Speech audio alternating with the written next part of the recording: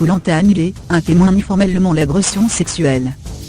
Un candidat de Koh-Lanta présent lors de la présumée agression sexuelle d'Eddie Gyo sur Candide Renard, a raconté qu'il n'avait été témoin d'aucune agression sexuelle entre les deux aventuriers.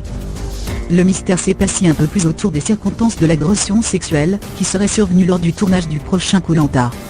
Vendredi 11 mai, Adventureland Productions avait annoncé l'annulation de la nouvelle saison du programme, prévue pour la rentrée, après les accusations contre un autre candidat de Candide Renard.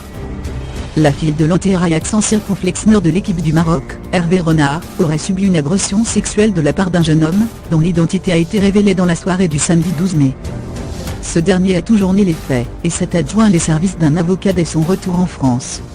Il en aura sûrement besoin, puisque le père de la victime présumée, a déjà fait savoir qu'une procédure serait engagée. C'est maintenant le témoignage d'un tiers présent au moment des faits, qui pourrait tout remettre en question.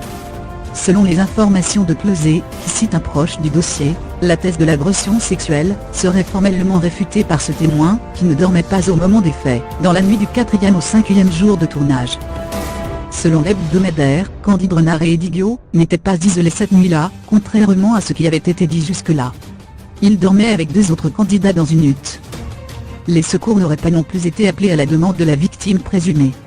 C'est une autre concurrente nommée Aurélie qui, victime d'un coup de mou, s'est servie du talkie-walkie après qu'Eddie lui a donné, en cassant la valise dans laquelle il se trouvait. Candide Renard se serait à ce moment-là isolée du groupe en expliquant se sentir mal elle aussi.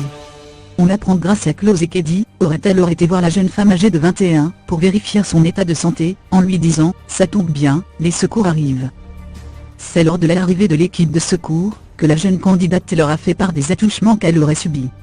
Il est également précisé qu'à ce moment-là, Candide était à la fin de son aventure, ses concurrents semblant bien plus forts qu'elle.